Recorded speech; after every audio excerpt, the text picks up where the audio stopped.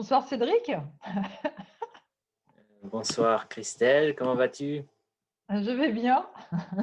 Alors, je vais mettre mon écran.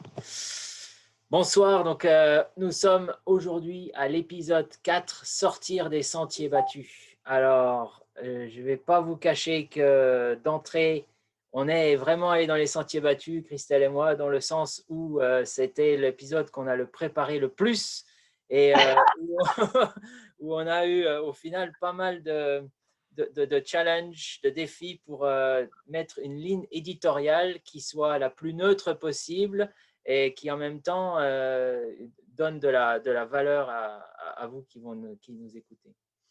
Donc voilà, juste un petit résumé de ce qu'on a vu. Donc on a vu Désir et amour à l'épisode 1, on a vu le couple épisode 2. On est allé voir du côté de la sexualité dans les épisodes 4 et aujourd'hui, ce qu'on va voir, c'est ce que les couples ont pu faire ou ce qui est possible au travers de la diversité de l'humanité dans l'histoire, mais également aujourd'hui, pour prolonger le plus possible la vie à deux et être le plus heureux possible. Voilà. Christelle? Yes. En termes d'introduction, j'avais envie de faire un petit topo sur la Saint-Valentin et puis le temps m'a manqué.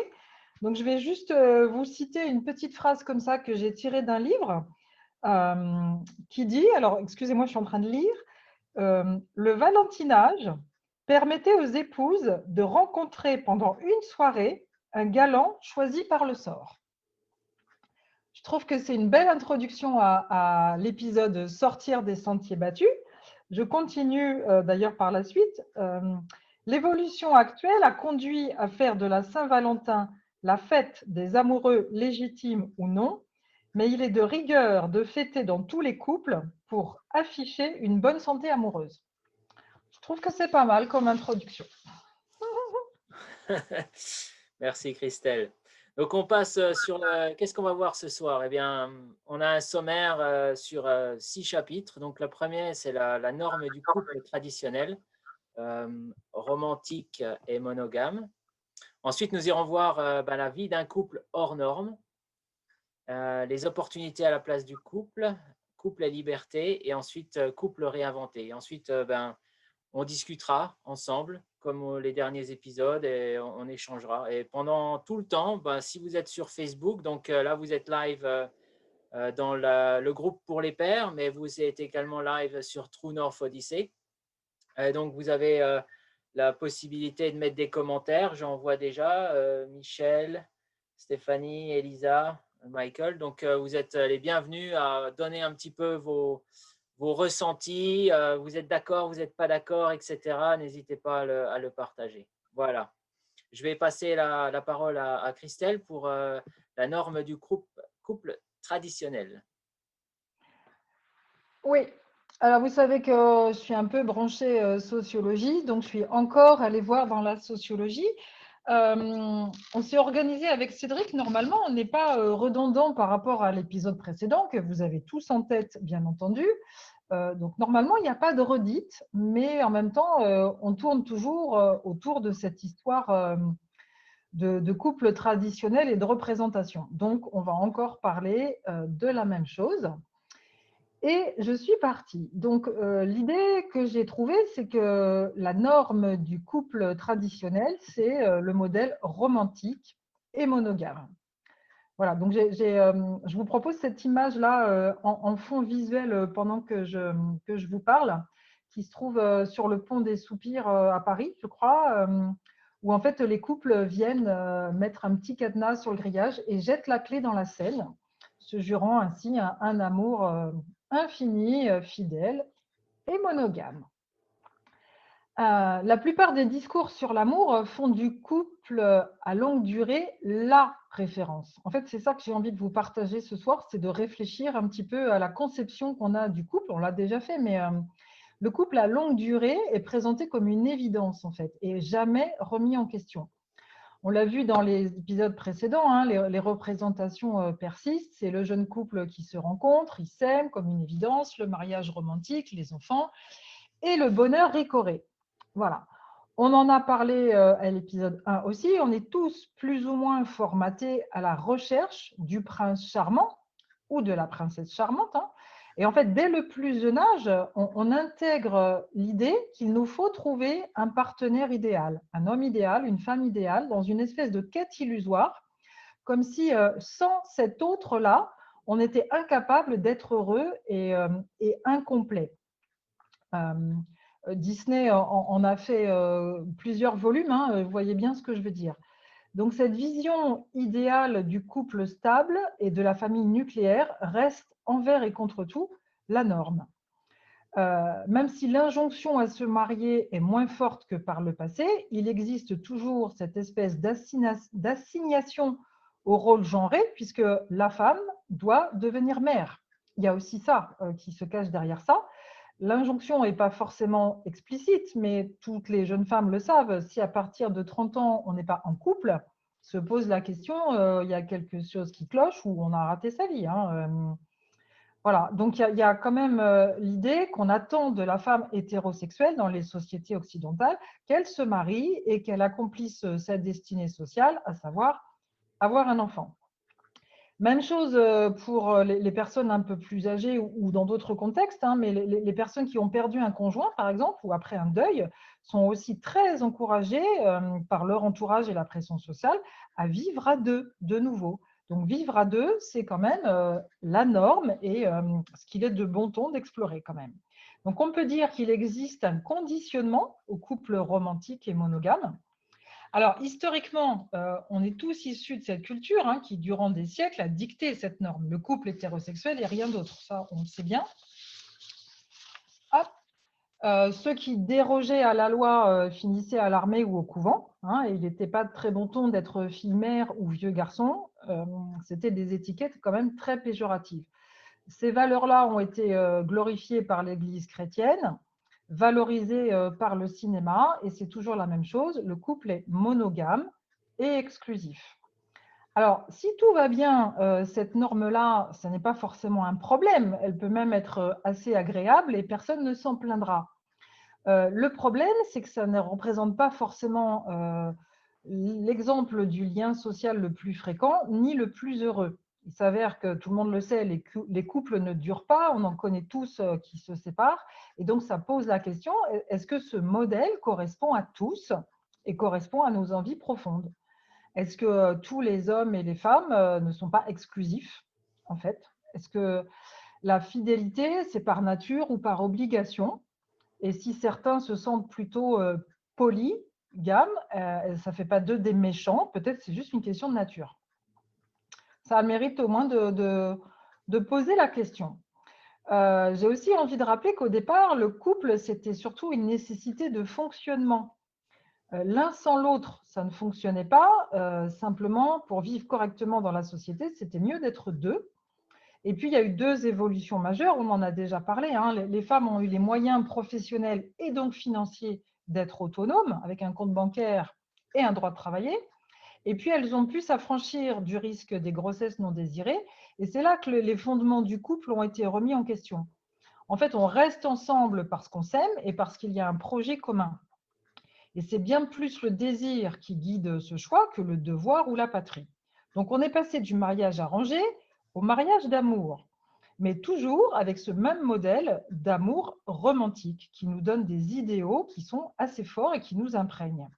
Donc, on se sépare de plus en plus, mais pas forcément parce qu'on ne croit plus au mariage, mais au contraire parce qu'on est exigeant vis-à-vis du couple. Et les enquêtes auprès des jeunes montrent qu'ils aspirent très fortement à vivre en couple et à se marier. Donc, le couple évolue, mais la norme reste le couple romantique. Il y a plusieurs manières de faire couple aujourd'hui qui sont socialement acceptées, hein, le couple gay, lesbien, la famille recomposée, marié, pas marié, habitant ensemble ou pas. Mais l'objectif, c'est toujours de faire couple. Le modèle monogame est rassurant et omniprésent. Tout est fait pour qu'on pense couple. Dans les magazines, on vous demande comment va votre couple. À la banque, on vous conseille de faire des projets à deux. Dans les soirées, on vous demande si vous avez trouvé le bon ou la bonne. Il faut rentrer dans la case. Et puis en mode d'économie, le couple est un ménage qui consomme et stabilise la société. Donc, même s'il y a une diversification des formes, ça renforce toujours la norme du couple. Le célibat existe et reste important, mais il est chargé négativement et c'est rarement le signe d'un projet de vie. En fait, le couple est très associé à l'image de bonheur. Il y a une ouverture des possibles, des différentes façons de faire couple, mais ça ne fait que réaffirmer l'idéal conjugal. De même, la sexualité, c'est plutôt la preuve qu'on s'aime, avec pour conséquence cette crainte que si on a moins de rapports sexuels, ce serait le signe d'un couple qui ne fonctionne pas bien. On en a parlé la dernière fois. Selon les sociologues, si les Français sont plus ouverts que par le passé à l'idée d'aventure, et que ça n'est pas forcément grave, il n'y a pas eu d'augmentation des relations infidèles, et même pas avec l'explosion d'Internet. Donc l'exclusivité amoureuse et sexuelle continue de perdurer, et ça a plutôt un nouveau rôle, elle est surtout devenue une preuve d'engagement. Donc la norme majoritaire veut que être en couple, c'est ne pas aller voir ailleurs. Et si on s'écarte de l'exclusivité sexuelle, c'est sur le modèle de l'aventure ou de l'infidélité. Donc c'est toujours pas très positif la façon dont c'est connoté, et c'est toujours le couple qui sert de base à ce regard-là. Donc, ça pose la question, comment on fait pour réinventer des normes, des formes de relations avec tous ces paramètres? Puisque, on l'a dit, le mariage et la famille sont dissociés. On peut faire des enfants sans se marier et on peut se marier sans faire des enfants. On a aussi dissocié la sexualité et la reproduction. Hein, on peut avoir de la sexualité et pas d'enfants, et on peut avoir des enfants sans avoir de sexualité. Et puis, on ne mélange plus sexualité et mariage, ça n'est plus forcément une obligation. Et enfin, on peut aussi dissocier amour et sexualité. Alors, avec tout ça, eh bien, comment on articule chacun ses envies, ses principes? Il n'y a pas de modèle, tout est à inventer et on va vous proposer une petite exploration du sujet. Voilà, Cédric, à toi la parole. Merci Christelle. Alors, ce que j'avais envie de faire de mon côté, c'est eh bien, vous raconter une histoire. Yes! Une histoire hors norme. Et quand je vais vous la dire et à la fin, j'imagine que vous allez deviner qui c'est, mais voilà, je lance Ils sont l'histoire, connus alors? peut-être, ou pas, on verra. Un peu l'histoire d'un samedi soir sur la Terre, comme dirait Cabrel. Ah yes! Alors, ils se rencontrèrent sur les bancs de la fac. Ah, je les connais, je vois qui c'est. Ils ont voyagé dans le monde entier, mais ils ne se sont jamais mariés. Elle refusa sa proposition de mariage en disant: le mariage multiplie par 2 les obligations familiales et toutes les corvées sociales. Il lui propose un bail renouvelable sur 2 ans. Lui-même étant polygame, il juge qu'un amour nécessaire ne doit pas s'interdire des amours contingentes ou secondaires. Néanmoins, dans ce bail, il y a une condition: tout se dire et ne rien se cacher.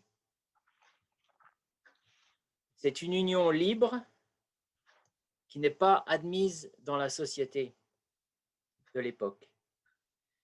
Une nouvelle solution venait d'être inventée, sans institution, sans mariage, dans une liberté mutuelle et dans le souci de la transparence.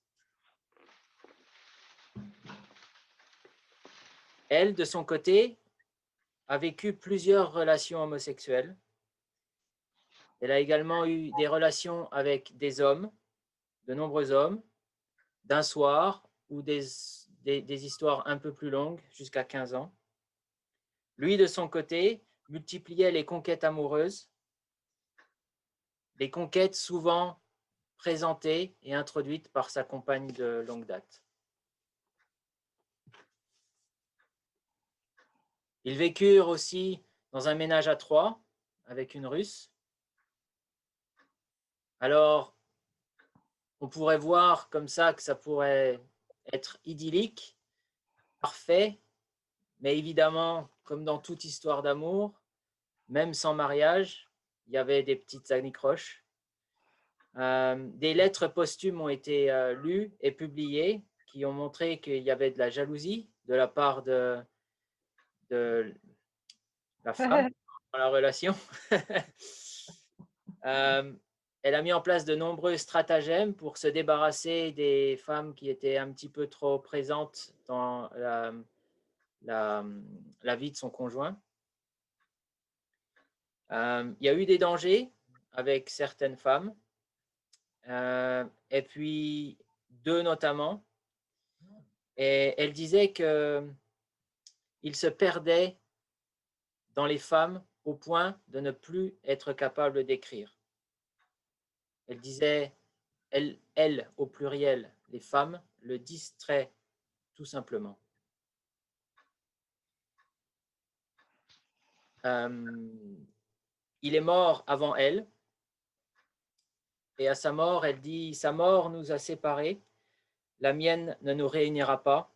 C'est ainsi, il est bien déjà que nos vies aient pu si longtemps s'accorder. Vous savez déjà qui c'est? Vous avez des Combien idées? de temps? Combien de temps de couple? Elle mourut en 1986. Ils vécurent ensemble 51 ans. Ouais, 51 ans. Alors? Alors, qui a trouvé? Qui a gagné le droit de revenir prochaine session? Son nom, c'est Simone de Beauvoir et Jean-Paul Sartre. Il y en a qui avaient trouvé? Il n'y a pas grand monde qui a commenté, en fait. C'est vrai? Ils se sont tous endormis? Non. Non, je les ai endormis. Ouais. C'était une belle histoire, je pense. C'est une belle histoire. C'était une belle histoire qui fait rêver, Voilà. quand même. Donc, 51 ans. Ils se sont rencontrés en 1929, entre 27 et 29. Il l'a demandé en mariage en 1931. Simone de Beauvoir a eu plusieurs relations homosexuelles, notamment avec le trio, donc le mariage, le ménage à trois, qui était Olga Kozakiewicz. Et le grand jeu entre Beauvoir et Sartre, eh bien, c'était que Beauvoir séduisait des filles mineures, donc 16, 17 ans, et ensuite les présentait à Sartre. Et donc, les femmes qui ont posé pas mal de problèmes à Simone de Beauvoir, c'était, j'ai le nom, Dolores Vanetti, que Sartre fit la connaissance aux États-Unis après la guerre. Et ensuite, une certaine Arlette Elkheim, qui était juive d'origine algérienne en 1956, que Sartre finit par adopter en 1965. Voilà, donc hors du commun. En plus, si vous avez participé à l'épisode précédent, vous savez que jusque dans les années 70, c'était extrêmement difficile. Il y avait une pression énorme de la part notamment du clergé. Donc d'avoir ce genre d'idylle dans cette période-là, c'était absolument exceptionnel. Et évidemment, Simone de Beauvoir a fait énormément pour le féminisme au travers notamment d'un livre, Le deuxième sexe, où elle dit on ne naît pas femme, on le devient. Voilà. Chouette, cette belle histoire, Cédric. Ça pose question parce que c'est un couple effectivement qui visiblement a réinventé beaucoup de choses. En tous les cas, à l'époque, c'était quand même très novateur déjà d'oser ne pas se marier. Et cette conception de couple ouvert et potentiellement à trois, et voilà. Après, l'étude à la loupe montre que c'était pas si facile que ça, finalement, et qu'il y a des parties sombres dans cette histoire. Voilà, donc même s'il n'y a pas mariage, contrat, etc., les choses ne sont pas forcément faciles. Mais ils ont vécu 51 ans. Comme je l'ai dit tout à l'heure, ils se disaient tout. Qui dit mieux? Qui dit mieux? Et donc, voilà, c'est une solution ou une option, mais également à savoir que, au final, rien n'est facile et rien n'est parfait. Je pense que c'est C'est la conclusion de ce chapitre. Bah, voilà. Ben, on va y aller alors parce que c'est un peu déprimant quand même tout ça. Et puis, je vais enchaîner avec quelques idées. L'idée, c'est que si on ne veut pas faire couple, bah, eh ben, on fait quoi? Hein? Quelles sont les possibilités si on ne veut pas faire couple? Donc, j'imagine que vous avez déjà quelques idées. Est-ce qu'il y a des retours? Est-ce que vous avez des commentaires avant qu'on enchaîne avec la suite? Est-ce que, je ne sais pas si le moyen de communication ce soir est possible et nous permet d'échanger? Il y a des commentaires, ils sont juste quelques secondes derrière, donc il faut laisser un peu de patience. Ah, il faut attendre. Ouais, D'accord. voilà. Ah oui, parce que le temps que ça parvienne Mm. de la Lune. Voilà. Voilà. OK.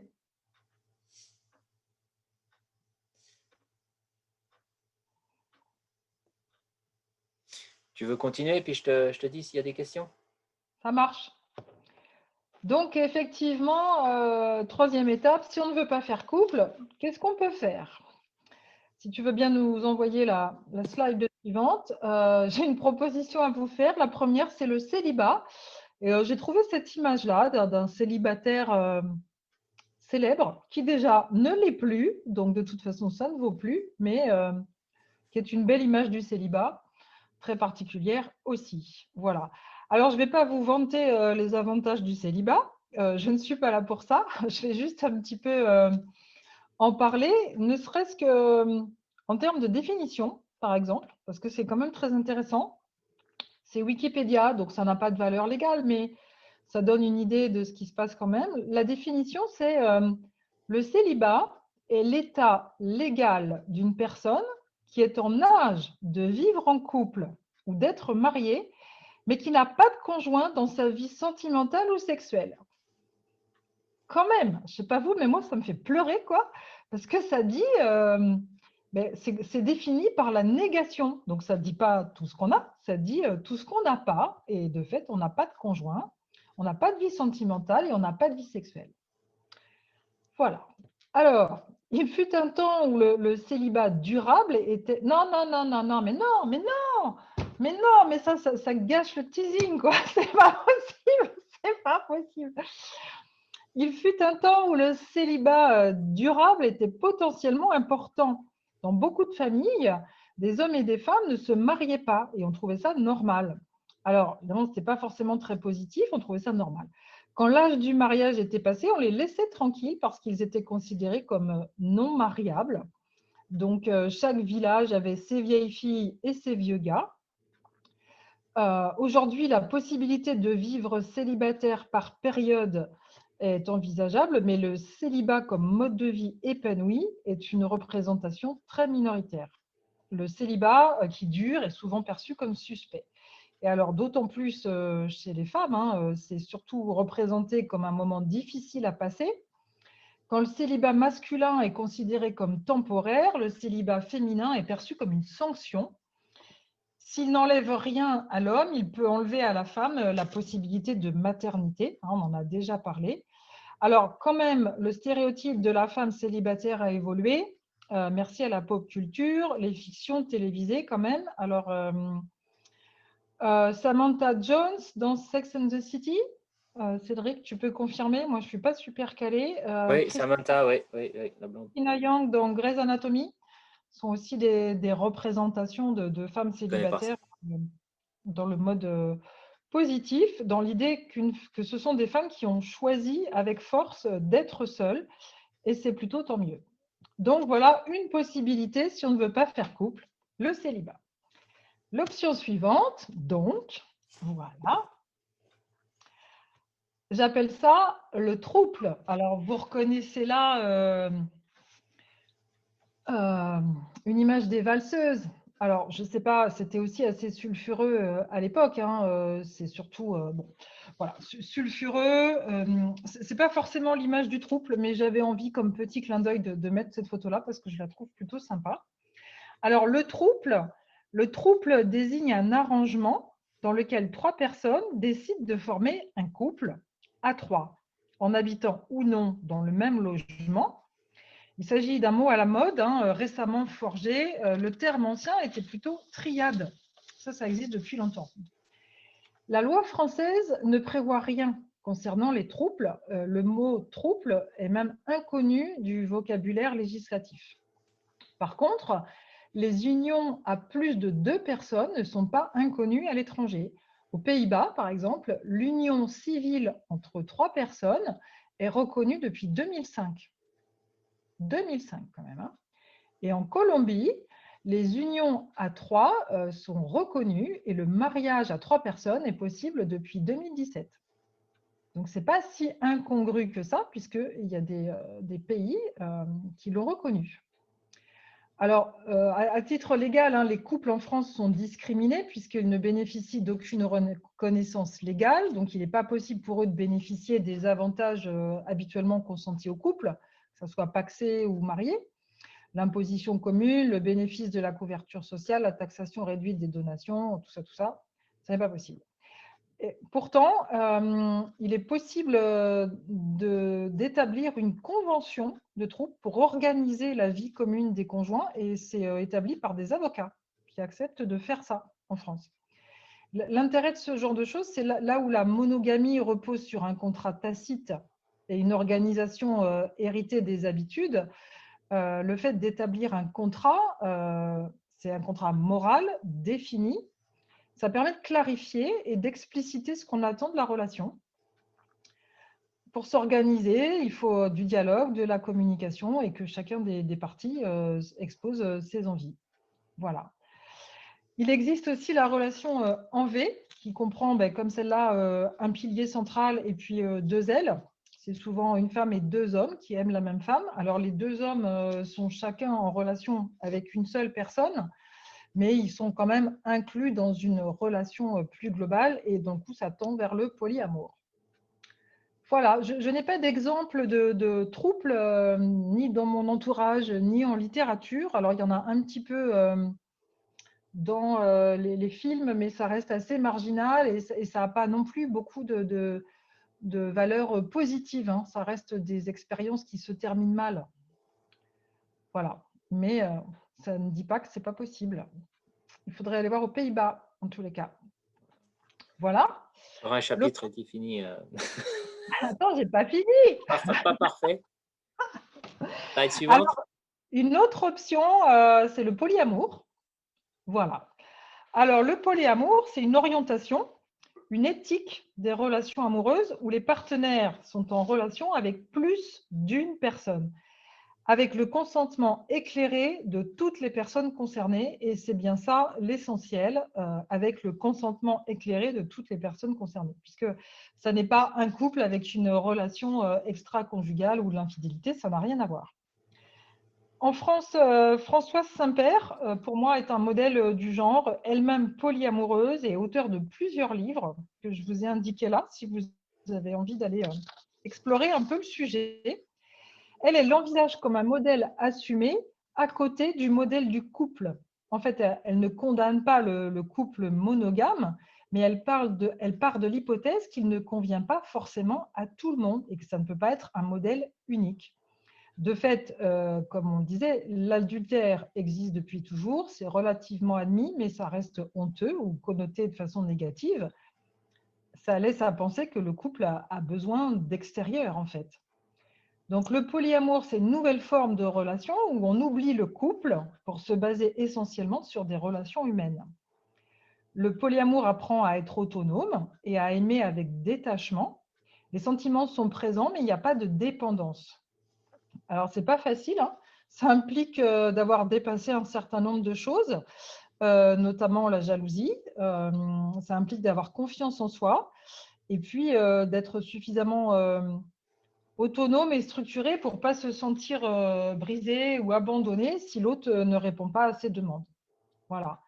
Ça permet d'inventer sa propre conception des relations amoureuses. On peut être alors dans de multiples relations affectives, sexuelles, intellectuelles. Si on se sent bien avec une personne, de quelque façon que ça soit, on n'est pas obligé de se dire il faut que je me mette en couple avec elle. Voilà. Être polyamoureux demande de la clarté, une grande maturité intérieure, de la nécessité d'échanger. Et puis, c'est une relation où l'égalité est la base. puisque si l'un des deux ou des trois ne veut pas, est polyamoureux, mais que l'autre ne veut pas, ça ne fonctionne pas, en fait. Donc, il faut que tout le monde puisse l'être dans cette équipe-là. C'est une belle façon, comment dire, d'être en relation. Après, est-ce que c'est durable ou pas? Je ne sais pas. Ça pose aussi question si on souhaite avoir des enfants, si on souhaite avoir une maison en commun. Voilà. On en reparlera peut-être tout à l'heure, mais ça pose aussi la question de quel est son projet de vie amoureuse ou relationnelle. En tout cas, il y a des communautés de polyamoureux et des cafés polyamoureux où les personnes qui vivent cette expérience invitent des gens à venir en parler tranquillement, à poser leurs questions et expliquent aussi leur parcours et leur vécu. Ouais. Voilà. Dans les recherches, je me suis même rendu compte qu'il y avait même un drapeau, Oui, des codes. tout à fait. De tous les sentiers battus qu'on a explorés, c'est celui qui a le plus d'informations et d'organisation, je trouve. Ouais, tout à Il fait. y a Elisa qui nous dit: la salope éthique est une Bible aussi. Tout à fait. Tout à fait. C'est fait par des Américaines qui ont vécu, voilà, qui vivent en relation polyamoureuse et qui passent en revue des thèmes difficiles, hein. Qu'est-ce qu'on fait quand on est jaloux? Comment on fait si ça marche pas? Voilà, qui sont de façon très concrète. Alors c'est américain, mais c'est très, très intéressant. Je recommande aussi La salope éthique. Tout à fait. Merci. Euh, Elisa aussi, je viens de voir son commentaire: si on n'est ni célibataire ni marié, on est quoi? On est libre. On est libre, Je ne Elisa. peux pas, peut-être il faut demander à Lisa comment elle se sent elle-même, en fait. Ouais, voilà. Si, on a un peu de décalage. Donc, Elisa, dès que tu as cette question, si tu veux répondre dans les commentaires, on en discutera. Ouais, tout à fait. C'est intéressant. Est-ce que certains parmi nos auditeurs et tristes là ont expérimenté ces autres formes d'être en relation en dehors du couple? Moi, j'ai bien envie que vous nous partagiez votre expérience. Sachant que tout le monde a son nom en entier, je ne sais pas si tout le monde va pouvoir être honnête. Mais il n'y a pas de honte à être polyamoureux ou Ah, célibataire. je parle selon la loi. Ah, d'accord. Selon la loi, Elisa nous dit. Mais je ne sais pas, selon la loi. Je ne sais pas. On ne sait pas, Elisa, on ne sait pas. Bonne question. Je vais passer à la slide suivante. Yes, si tout le monde est OK avec ça, on continue. Ouais. Ah oui, alors on avait aussi l'option vie communautaire. Voilà. Mais on n'a pas matière pour vous en parler plus que ça. Peut-être si vous voulez nous en parler, voilà. La vie en communauté, ça pourrait être intéressant d'explorer cette piste-là. Nous, on n'a pas eu le temps de le faire. Ouais. Voilà. Alors, Elisa parle de compersion, qui est un sentiment à explorer également. Poly et célib et libre. Alors, qu'est-ce que c'est la compersion? Alors, la compersion, c'est ce qu'on pourrait appeler basiquement l'inverse de la jalousie. C'est quand on se réjouit du bonheur de l'autre. Alors, l'autre, potentiellement son partenaire, et son bonheur essentiellement quand il est en relation amoureuse ou sexuelle avec quelqu'un d'autre. Donc, on se réjouit que l'autre puisse passer du bon temps en dehors de nous. Et c'est une belle émotion qui n'est pas forcément spontanée, mais qui s'apprend dans le non-attachement, voilà, et dans l'amour non possessif qui peut se développer. C'est un beau chemin.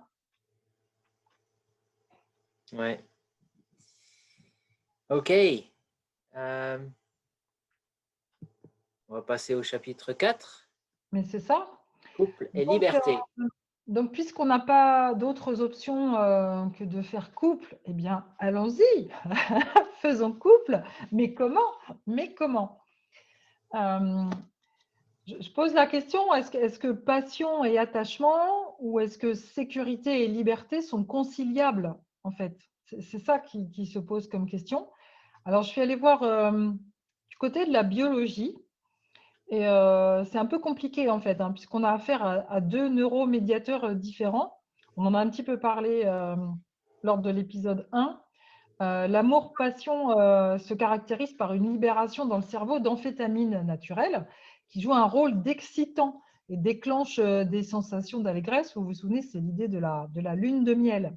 Donc l'activité cérébrale est stimulée, et d'où on trouve que les amoureux sont formidables.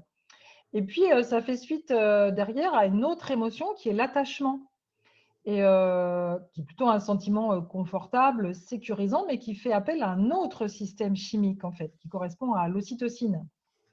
Et alors, dans le coup, ces études biologiques, ça nous amène à notre ambiguïté, puisque ça nous amène on a envie à la fois d'être calme et lucide, et en même temps excité et aveuglé par la passion.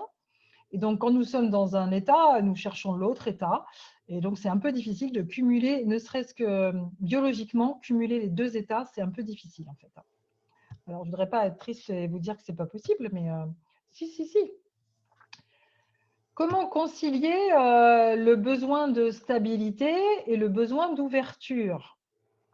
Est-ce que le fait de vivre en couple implique l'exclusivité sexuelle?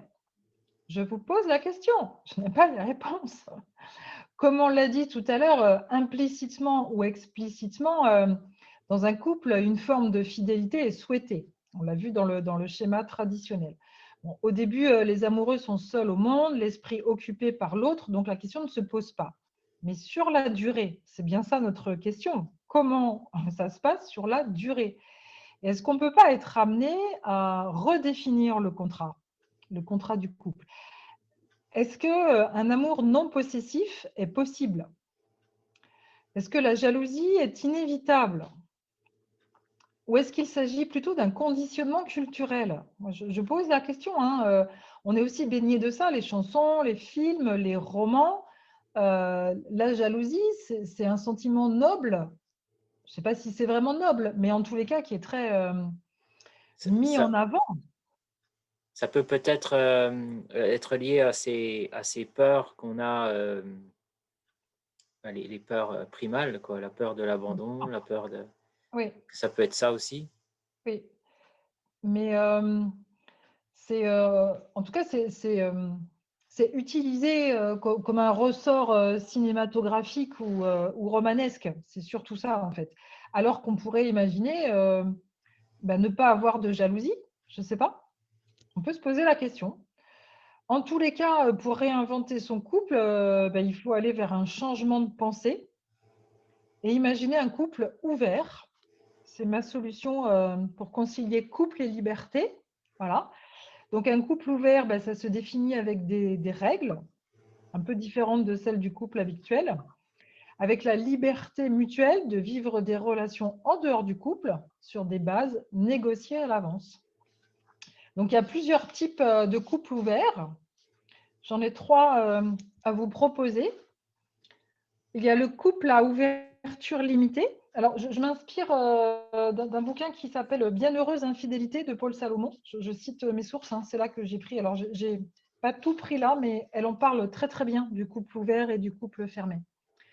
Alors, dans le couple à ouverture limitée, chacun a droit à son autonomie. Donc, il y a 2 salaires, c'est pas mis en commun. Il y a des amis communs et des amis séparés, des soirées seules sans que la présence de l'autre ne soit requise, une possibilité de ne pas tout faire ensemble et éventuellement un jardin secret selon les envies de chacun.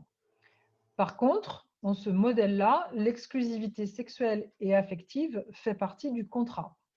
Les rencontres et les relations annexes s'arrêtent avant la chambre à coucher. Donc, il n'y a pas de possibilité d'avoir de relations affectives et sexuelles dans ce mode de couple. Ça fait un couple vivant qui s'enrichit en allant à l'extérieur. On sort donc de l'amour fusionnel et absolu, c'est plutôt une bonne chose. Mais la tentation peut exister et le risque de tomber amoureux à l'extérieur existe. Et c'est un couple qui n'a pas forcément résolu toutes les histoires justement de jalousie et d'attachement, puisqu'il y a quand même une exclusivité sexuelle. Et donc, il y a des choses qui ne sont pas résolues, on pourrait dire, je ne sais pas si c'est le mot, mais en tout cas, ça peut générer des doutes, des souffrances et la peur de l'abandon, comme tu disais, Cédric, tout à l'heure. Voilà. Alors, un autre mode de fonctionnement qui peut donner un peu d'air au couple, et notamment en termes d'usure sexuelle, c'est le couple échangiste. Donc, je ne vais pas m'étendre plus que ça sur les pratiques libertines. C'est facile d'aller se documenter, hein, mais moi, ce qui m'intéresse, c'est, voilà, quand on parle ici d'amour, de couple et de liberté, bah, de poser que cette chose-là est une option possible. Alors, l'échangisme, en tous les cas, parce qu'il y a d'autres pratiques dans le libertinage, mais celle-ci consiste en l'échange de partenaires entre deux couples. Donc, la femme a des relations sexuelles avec l'homme de l'autre couple et l'homme a des relations avec la femme de l'autre couple. La règle admise par tous, c'est que c'est un échange approuvé par les deux partenaires de chaque couple. Et ça, c'est important. Il n'y a aucun rapport de force dans l'échangisme. Le respect et l'éthique ont autant d'importance que le plaisir sexuel. L'échangisme ne part pas du désir d'un seul membre du couple, mais bien d'un désir commun. Avoir des relations sexuelles sans lendemain, admises et partagées par chaque partenaire, ça permet de donner, ça ne remet pas en cause la notion de couple en fait. Le couple reste ensemble. L'objectif juste, c'est de donner un coup de fouet et non d'être dans la logique d'une infidélité autorisée. L'idée, c'est de partager ça ensemble. Donc, pas de tromperie, pas de mensonge. Tout se fait en couple. Ça ne veut pas dire non plus tenter d'aiguiser la jalousie de son compagnon, hein, ce n'est pas le but. Le couple échangiste forme un duo, une équipe, et c'est ça qui est le plus important. C'est un projet commun que l'on fait ensemble. On se prépare, on partage ses ressentis, que ce soit avant ou après. Alors ça, c'est la théorie. Après, c'est aussi un risque hein, d'exposer son couple à ce genre de pratique. Si la communication de base n'est pas très simple ni authentique, on peut se retrouver à avoir des pratiques qu'on ne souhaitait pas vraiment juste pour faire plaisir à son partenaire. Et ça peut aussi être dangereux pour le couple. À chacun de se positionner. En tous les cas, il en ressort une sexualité réveillée, où le désir et l'excitation sont à nouveau présents.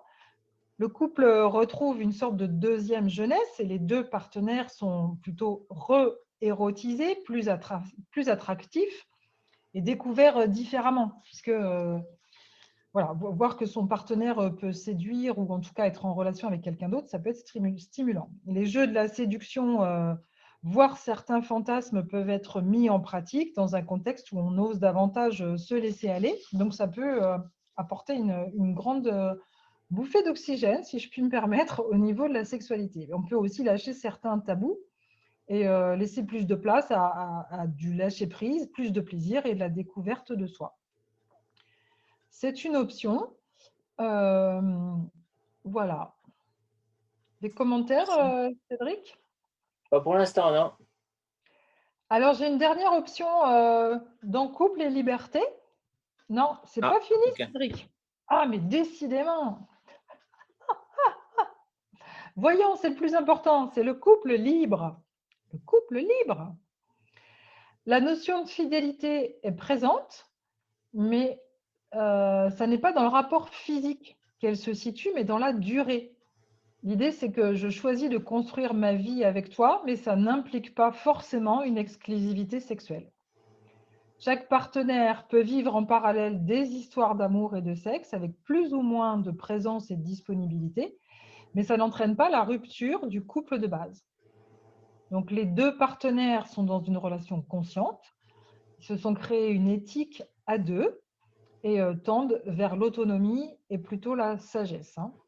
Ils sont aussi capables de résister à la pression sociale qui pousse au modèle monogame et fusionnel. On en a parlé, c'est difficile, de même que le polyamour ou le trouble, c'est difficile d'assumer ça socialement, c'est assez malvenu. Et puis, ce fonctionnement de couple, il faut être aussi capable de résister aux demandes d'exclusivité de la nouvelle relation, puisque la base, c'est le couple de base qui autorise des relations annexes, mais le couple de base ne bouge pas. Ce couple… Pardon, je te coupe, c'était un peu c'était le pacte de Simone de Beauvoir et de Jean-Paul Sartre, c'est-à-dire… Tout à fait, tout à fait. Ce couple privilégie les moments de qualité, la durée. Ça demande de la confiance en soi et en l'autre. Évidemment, pas de tromperie, pas de dissimulation, pas de stratégie. Les choses sont claires et posées. Il n'y a pas de contre à rendre puisque tout repose sur l'équilibre et le respect. Alors, ça ramène à Sartre et Beauvoir. C'est effectivement, on ne sait pas si c'était aussi simple que ça. De la même façon, hein, quand une autre relation entre en jeu en parallèle et qu'elle devient une relation dans la durée, on peut alors parler de polyfidélité. Le fait que le couple ait accepté l'idée que l'autre pouvait avoir des relations sexuelles en dehors est fondateur, en fait. C'est ça qui change tout. C'est l'idée que l'autre ne nous appartient pas, qu'il fait ce qu'il veut de son corps. Et une fois que cette idée-là a fait son chemin, le couple peut se construire sur autre chose. C'est l'idée de compersion, comme ce que disait tout à l'heure Elisa.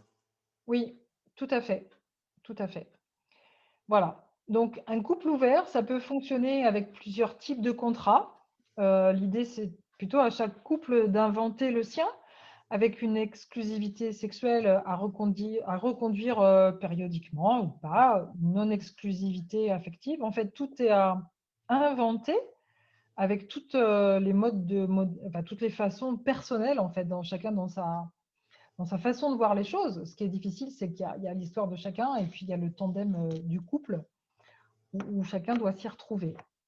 Voilà. Et donc, il s'agit de réinventer le couple, chapitre 5. Yes.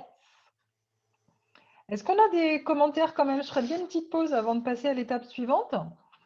Malgré le différé, Cédric, est-ce qu'on a des commentaires? On va laisser un petit peu tourner. C'est le temps aux gens de... Ils sont très très loin.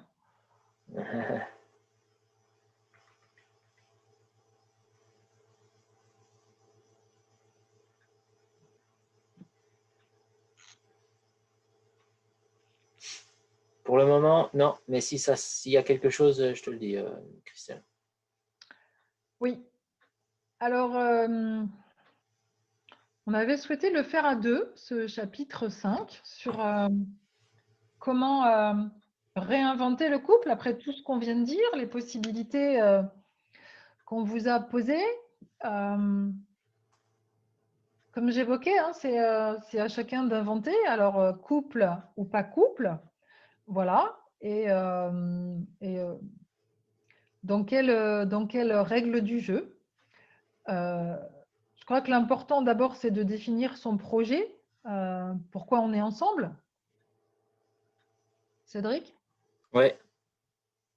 Je pense que la communication, puis connaître un petit peu de ses propres valeurs et ce qu'on veut, c'est très important. Effectivement, on ne va pas poser la même chose si on a un projet d'enfant, si on a un projet de maison, si on a un projet de voyage, si on va être bientôt en retraite ou si on a toute sa carrière professionnelle à construire. Ça pose toutes ces questions-là. En tout cas, on s'embarque dans un projet commun. Et donc, ça peut être intéressant de s'assurer qu'on a bien le même déjà au départ. Absolument. Alors, La communication, je pense que c'est un des piliers. tout à fait. Alors, moi, j'avais, en termes de réinvention, repensé selon deux axes. Déjà, en termes de durée, repenser le couple en termes de durée, ben, ça veut dire peut-être commencer par sortir de la représentation qu'une histoire, elle est forcément longue, voire interminable, et que peut-être on peut envisager une histoire d'amour et de couple en dehors des années. Alors se concentrer sur l'instant, peut-être, en tout cas partir pour une durée non mesurée, 1 mois, 6 mois, 1 an, 10 ans. On en a discuté, Cédric. Je crois que tu as aussi des idées sur le Oui, sujet. bah c'était cette idée de contrat à durée, de contrat de mariage à durée déterminée, où eh ben, c'est pas nouveau, ça a été inventé, ils en discutaient déjà au Moyen Âge, où c'était même accepté par l'Église, où l'Église acceptait des contrats de mariage de 6 ans, et si les couples vivaient 10 ans ensemble, eh bien, ils les mariaient pour de bon. Donc voilà, ça, potentiellement pourrait remettre un petit peu la conversation. Et puis, ça a l'avantage de discuter au départ. Et ben, à la fin du contrat, qu'est-ce qui se passe?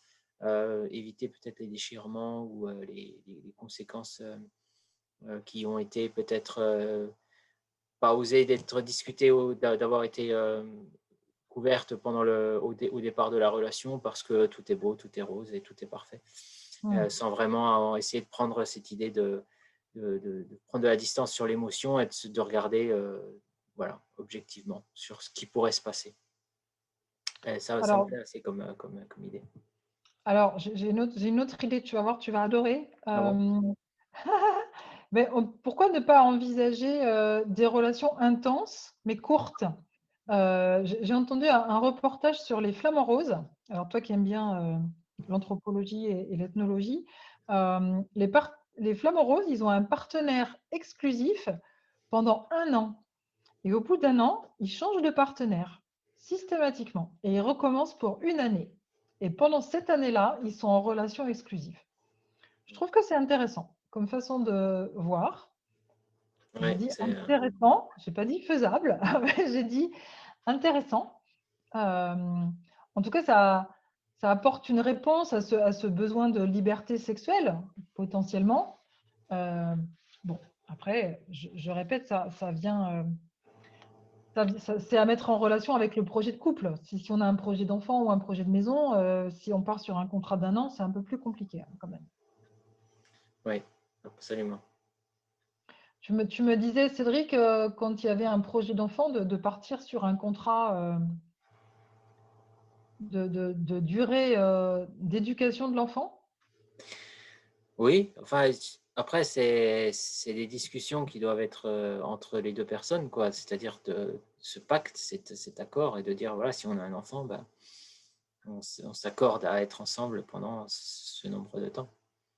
Absolument. Ou de la responsabilité de chacun pendant 20 ans, jusqu'à ce que cet enfant soit majeur. Absolument. Ouais. Et puis, ben, s'il n'y a pas d'enfant, parce que sinon ça coïncide pas vraiment, mais moi j'avais la proposition toujours en termes de durée de choisir, de remettre en question la relation tous les jours. Est-ce que j'aime cette personne qui est là? Est-ce que j'ai envie de partager ma vie et mon quotidien avec cette personne? Voilà, alors ça génère beaucoup d'incertitudes et d'insécurité, hein, mais d'un coup, ça évite de s'enfermer dans la routine. Bon, euh, voilà. Ça peut faire partie effectivement des solutions. Après, je pense que tu vas couvrir aussi en termes d'espace. Oui. Donc, oui. Il y a Alors, Elisa, pardon, oui, je te coupe, il y a Elisa Meunier qui dit un contrat de couple parental, ce qui n'implique pas d'être en relation amoureuse sexuelle. ouais, Tout à tout fait. à fait. Très Et intéressant. elle dit, donc merci de commenter, Elisa, tu remplis notre question, donc c'est cool. Parlons polyamorie et anarchie relationnelle. Voilà. Bien. Alors, Clairement peut-être qu'elle quelqu'un qui pourrait a déjà réfléchi sur le sujet. Oui, c'est ça. Alors moi, l'anarchie relationnelle, je ne pourrais pas en parler parce que je ne connais pas assez le sujet et j'aurais trop peur de dire des bêtises, donc je n'évoquerai pas. Mais si Elisa veut nous en parler, je ne sais pas par quel canal, mais alors vraiment, volontiers, volontiers. Alors, je continue moi parce qu'il y a un petit différé. Donc, réinventer le couple en termes d'espace, c'est aussi une option. Et il y a plein de possibilités, hein. D'abord, quand on habite ensemble. Non, mais Cédric, si tu ris et que tu ne partages pas, ça va pas. Partage, partage. Non, non, mais je suis en train. Elisa dit, je sais ce que c'est d'être de l'autre côté de l'écran. Voilà. Bon, bah merci, Encore une Elisa. fois, c'est en différé, donc c'est un peu compliqué pour te couper en plein milieu d'une phrase. Mais oui. Alors, en termes d'espace, pour réinventer le couple, on peut imaginer avoir chacun un espace à soi. Si on est en couple vivant dans le même espace, en même habitat, avoir chacun un espace à soi où l'autre n'accède pas. Ça peut être une option intéressante pour préserver son jardin secret, ses moments d'intimité, son besoin d'isolement. Bon, ça sous-entend dans le logement commun pas mal d'espace pour que chacun puisse avoir sa pièce, mais ça peut être intéressant. pour éviter la fusion et l'amalgame du nous, là, où tout le monde se dissout un peu. Dans le même ordre d'idée, faire chambre à part. C'est une idée qui a été assez répandue à un moment. Voilà, l'idée que chacun a sa chambre et son sommeil dans des endroits dissociés et se retrouve pour partager de la sexualité, de la sensualité, de la tendresse, en tout cas sur une envie de partager quelque chose et pas sur une obligation de dormir ensemble. C'est Alexandre Jardin dans le livre Le Zubial qui parle très très bien de ce chapitre de la vie de son père et de sa mère où ils ont décidé de faire chambre à part. Et Ouais. donc, il l'explique très très bien. Un très beau livre en hommage à son père. Donc, je vous le conseille. Mais ça aussi, hein, faire chambre à part, ça a longtemps été connoté très négativement, en fait, comme un échec de couple, hein, où voilà, on ne peut plus dormir ensemble. Il y a une non-réussite de quelque chose, alors que ça peut être vraiment une option et un vrai choix. Ouais. Voilà. Faire logement à part, c'est aussi une possibilité. On appelle ça en sociologie un couple non cohabitant. Voilà, alors pour des contraintes professionnelles, mais aussi par choix. Chacun son appartement, chacun sa maison, dans des villes différentes, dans des pays différents. Ça permet aussi cette possibilité. Alors, ça évite de se confronter au quotidien. Ça entretient l'amour romantique. Ça permet de se retrouver au bon moment avec une envie. Ça permet de préserver le statut d'amant. Ça ne permet pas de partager le quotidien moins fun, qui pour certains, quand on parlait du couple libre, en fait, l'idée c'était aussi d'être ensemble. Et donc ça nourrit pas ce besoin-là. Bon, voilà. Mm. On peut aussi, je l'évoquais tout à l'heure, envisager de passer une soirée par semaine ou par mois, chacun de son côté. Voilà, ça pose aussi la question des amis communs. Il arrive que quand on est en couple, on a les mêmes amis et qu'on n'a plus de territoire à soi. Donc choisir, décider dans le contrat de couple de passer régulièrement une soirée où l'autre n'est pas là. Voilà, ça met un peu de mystère. Peut-être aussi n'être ensemble que le week-end. Voilà, et de choisir de passer ces temps-là hors travail traditionnellement ensemble pour les loisirs ou le sport. Ou peut-être n'être ensemble que la semaine et pas le week-end. Tout est inventé. Envisager de passer ses vacances séparément. C'est pas si simple, ça. C'est aussi traditionnellement, alors ça peut être un choix, une envie, hein, quand on est pris dans une activité professionnelle, d'avoir du temps pour se retrouver, c'est une bonne chose. Et en même temps, d'envisager que chacun, pendant ses vacances, puisse avoir son temps à soi et d'y mettre ce qu'il a envie d'y mettre, ça peut être aussi une belle soupape. Voilà. Et puis, il y a d'autres idées. Alors, on n'est plus dans le terme d'espace, mais il y a aussi aller en stage de développement personnel, soit ensemble, soit chacun de son côté. La pratique du tantra permet aussi de concevoir son couple autrement. Alors, j'en parlerai pas beaucoup plus parce qu'il y a des gens qui font ça beaucoup mieux que moi, mais c'est aussi une possibilité. Cédric, tu as aussi des pistes? Je pensais à quelque chose que j'ai vu sur Instagram. C'est une sexologue qui disait que dans son couple, elle a pris un coach ou un thérapeute de couple. Je pense que c'est plus un thérapeute de couple qu'elle a pris au départ de la relation quand ça devenait sérieux. Où elle a décidé d'aller régulièrement faire une thérapie de couple avec son compagnon, de manière à, plutôt que d'aller les voir quand il y a des problèmes, d'y aller quand ça va bien, juste pour Hmm. aider. Et j'ai trouvé que c'était une idée assez originale. Oui. Donc Alors, vraiment de l'investissement sur la maintenance du couple. Et puis, la maintenance. Oui, oui, alors on n'est plus, on est hors champ, sortir des sentiers battus. Mais effectivement, l'idée, c'est qu'un couple, ça s'entretient et que prendre soin de la relation, garder du temps ensemble, se donner des rendez-vous d'amour, ça peut être une belle façon de nourrir son couple et de faire vivre son couple dans une belle relation. Tout à fait. On arrive à la conclusion de cet épisode. Moi, j'ai bien envie de connaître les retours de ceux qui nous écoutent et surtout leurs expériences peut-être ou leur façon de, leur conception de sortir des sentiers battus. J'ai hâte d'avoir vos pistes. Magnifique photo.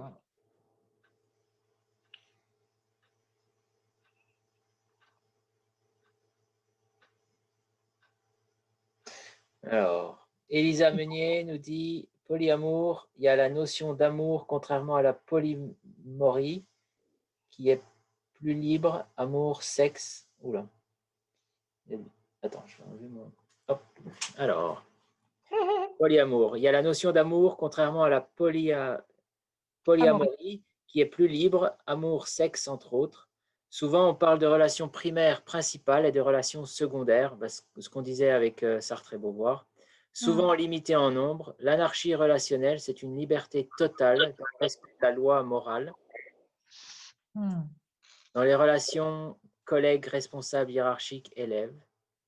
Pour moi, ça rejoint la lutte contre l'adultisme, ne pas faire à un enfant ce qu'on ne ferait pas à un adulte, et à la pansexualité, pas d'attirance pour un genre sexe, mais pour une personne. C'est s'intéresser à la personne comme être humain et non comme blanc, non blanc, homme, femme, non binaire, trans, hétéro, homo, bi, adulte, enfant.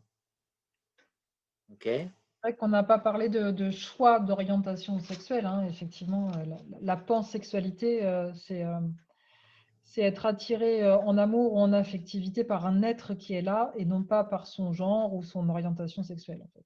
Voilà.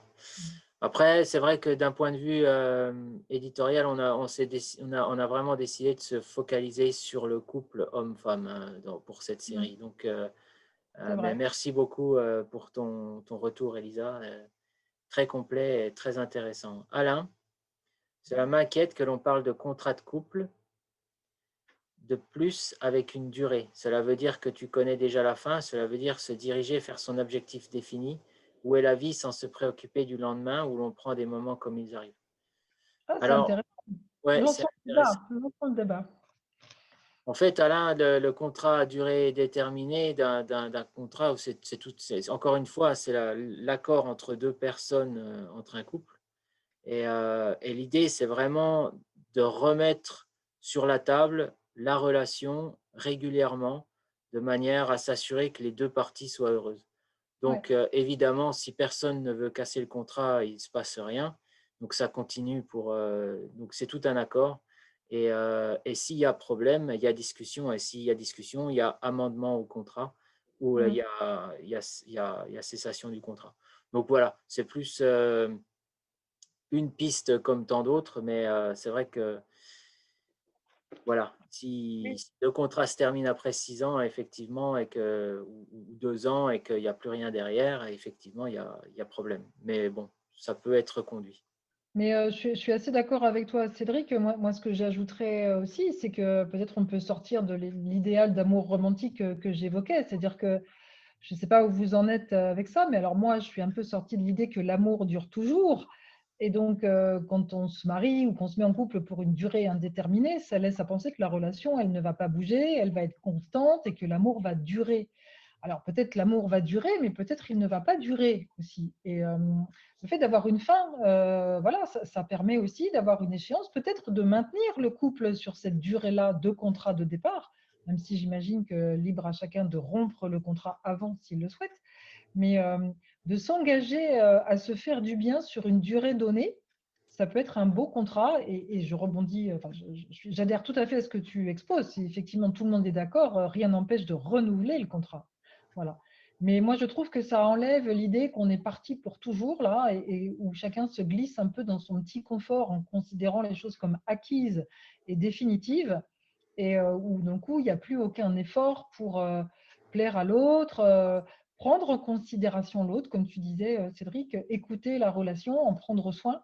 Voilà, l'idée d'un contrat et d'une durée définie, ça dit que les choses ne sont pas définitivement acquises. Mm. Michel qui nous dit: je suis d'accord avec cette idée de consulter sans avoir de problème de couple, mais dans le passé, mes compagnes ne prenaient pas ça de manière positive. Je suis assez d'accord, c'est voilà, thérapeute, problème. Et je suis assez d'accord que ça peut être un petit peu difficile d'apporter la situation, de discuter de la situation avec son ou sa compagne. Je me suis retrouvé personnellement dans une thérapie de couple où la thérapeute a dit des choses et ça n'a pas très très plu à ma compagne et du coup on a arrêté. Donc c'est pas un sujet très facile, je confirme Michel. Mmh. Alors, je pourrais aussi, moi, ajouter, si l'idée de thérapeute ne convient pas aux 2 membres du couple, ce que j'évoquais tout à l'heure, c'est les rendez-vous d'amour, en fait. Comme on peut avoir des disputes et des engueulades, se réserver régulièrement des temps qu'on choisit, qu'on programme pour se dire, combien ça va bien, en fait et tout ce qui fonctionne bien et tout ce qu'on aime et tout ce qu'on aimerait faire et passer du bon temps ensemble parce qu'il y a cette usure du couple, elle amène aussi un moment où on ne fait plus attention ni à l'autre ni à la relation, le quotidien, le professionnel, le temps qui manque et de se garder du temps privilégié à deux quand on est en couple, c'est une bonne façon de nourrir la relation. Alors, si on ne veut pas aller voir le thérapeute, on peut juste aller au restaurant, en fait, mais pas un jour de Saint-Valentin. Alors là, il y a une conversation qui se lance, donc je vais essayer de garder le rythme. Il me manque ça, moi, mince. Elisa, se détacher de la culture judéo-chrétienne, la base d'un bout de notre liberté. Absolument. Personnellement, oui. Je suis tout à fait d'accord avec toi. Il faut absolument qu'on se détache de cette Ouais. idée d'accusation, de pénitence, de honte, etc. Et ça, la Après, culture judéo-chrétienne, ils sont forts là-dessus. et puis j'ajouterais, c'est vrai que voilà, la formule qu'on a tous en tête, hein, c'est qu'on se marie pour le meilleur et pour le pire. Donc il y a vraiment cette idée du pire et c'est ancré dans l'inconscient de dire forcément il y a du pire dans un couple, quoi. Vraiment. Oh, Ouais. Elisa dit: Alain, c'est comme le boulot, c'est pas parce que tu es en CDD que tu vas au bout, ni parce que tu es en CDI que tu vois le boulot. bravo, bravo ce Là, c'est là parallèle où avec le professionnel. Ah ouais, la bravo. conversation est lancée. Pour faire un contrat, il faut accepter qu'il peut y avoir une fin, mais ne pas savoir quand. Oui, effectivement. C'est quoi, Cédric? On va les laisser Ouais. débattre tout seuls. On peut aussi parler d'amour universel. Alors ça, on en a parlé dans le premier épisode, Elisa, où Oui, il a dû manquer. sûrement. Il n'y Oui, a oui. pas de formule magique qui fonctionne à tous les coups, sinon on le saurait. Effectivement, comme on a dit, beaucoup de communication, de respect. Elisa, je préfère amour inconditionnel. Michel. On a Stéphanie qui nous dit ne pas faire de contrat tout court. Si ça va, on continue. Si ça va pas, chacun prend ses babioles et rentre chez lui. Effectivement, Oui, ce que c'est une j'évoquais tout façon. à l'heure de remettre la relation en question chaque jour, hein, c'est vraiment pas confortable, mais peut-être ça peut amener le piquant nécessaire. Voilà. Euh, Quant à l'amour inconditionnel, j'adhère à l'idée, ça va avec la compersion. C'est comme beaucoup de choses, sur le papier, c'est chouette. En réalité, c'est pas si simple, hein. Vraiment, pour moi, ça demande aussi une grande ouverture du cœur, de grandes qualités humaines. Et puis, on est tous pris, comme tu disais, Cédric, hein, dans nos blessures, dans nos peurs, dans nos tiraillements. Et être en amour inconditionnel, c'est un bel idéal. Je trouve que c'est difficile. Voilà. Mais, Ouais, et je rejoins ce que tu disais par rapport au développement personnel, donc à faire vraiment un travail sérieusement sur soi, voir un petit peu les- hmm, les problèmes. Et sur Instagram, j'avais posté si, s'il n'y a pas d'ennemis à l'intérieur, les ennemis extérieurs ne peuvent rien faire. Donc au final, ça peut, tu vois, c'est de l'acceptation de soi, etc. Donc, oui. ouais. Et puis ce qu'on évoquait effectivement aussi, je crois que c'est au deuxième épisode, dans le choix du partenaire, les mécanismes inconscients qui sont en jeu quand on choisit un partenaire avec quelque chose qui se rejoue de l'ordre de la mère douloureuse ou du père douloureux. Quand on a fait un petit peu de ménage avec ça, on peut rentrer en relation plus sereine, en tous les cas. Mm. Alors, on a Alain qui réagit au post de Stéphanie qui nous disait que le contrat tout court, on n'a pas besoin, qu'il faut… Et donc, voilà, l'autre ne nous appartient pas. Et effectivement, ça, c'est une notion qu'il faut absolument commencer à vraiment promouvoir parce que, voilà, il y a cette idée de propriété parce qu'on est marié ou parce qu'on a un copain ou une copine. C'est une des premières choses qui peut vraiment détruire un couple, je pense. Oui, oui, alors Et lié à la jalousie également. oui, oui, mais c'est aussi, voilà, ça traîne dans notre culture, hein. Il y a cette histoire de se donner à l'autre, hein, d'appartenir à l'autre, hein, dans le couple. Se défaire de ça, c'est vraiment difficile, hein. Et puis cette idée que l'autre est aussi, comme on le disait dans l'épisode 2, la part manquante de soi, et que Mm. donc on la considère un peu comme la nôtre de partie, et que si on considère l'autre comme la part manquante de soi, quand on nous l'enlève, c'est d'une douleur insupportable. Donc, certes, en tout cas, pour considérer que l'autre ne nous appartient pas, il faut bien se considérer comme étant complet et entier. Voilà. Et là, déjà, on peut aller regarder l'autre comme un co-être qui est à côté, là, et avec qui on peut construire de belles choses. Oui. Ensuite, on a Michel qui réagit à la question d'Elisa. Je préfère l'amour inconditionnel. Pourquoi? Un amour sans, c'est quoi? C'est un amour sans attente envers l'autre et être heureux du bonheur de l'autre. J'adore cette idée. Donc là, oui, c'est la compersion, absolument. Un respect et voilà, vivre l'un avec l'autre en totale indépendance. Je suis d'accord. Ça rejoint l'amour conscient dont vous parliez la dernière fois.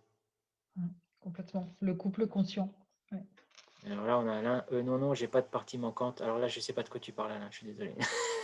C'est ce que je venais d'évoquer, le fait de Ah, se sentir ok. un vide à l'intérieur de soi et de considérer l'autre comme étant celui qui vient combler ce vide. Ok, d'accord. Ça fait du sens. Alain n'a pas de partie manquante, réjouissons-nous. Voilà, tout va bien.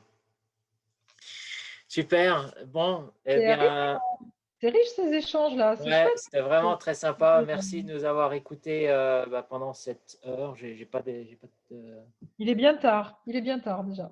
Ouais, bah, c'est comme d'habitude, hein, 1h15. Alors, on va faire un dernier épisode dans 15 jours, le 2 mars, qu'on a appelé pour l'instant épilogue. Ça va peut-être évoluer.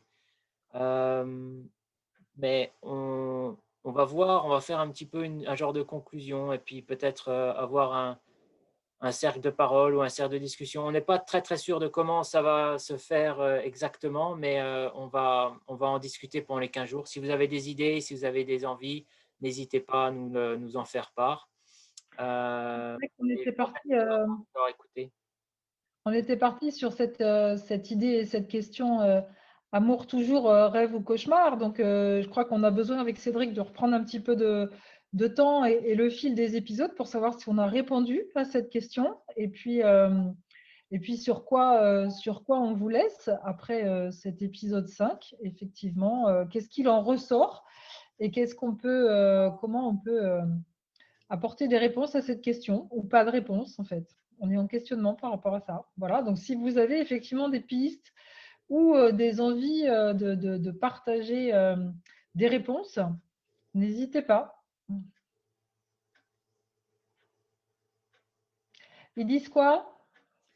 Et il y a beaucoup de emojis là. Il y a Alain qui sourit, Michel aussi.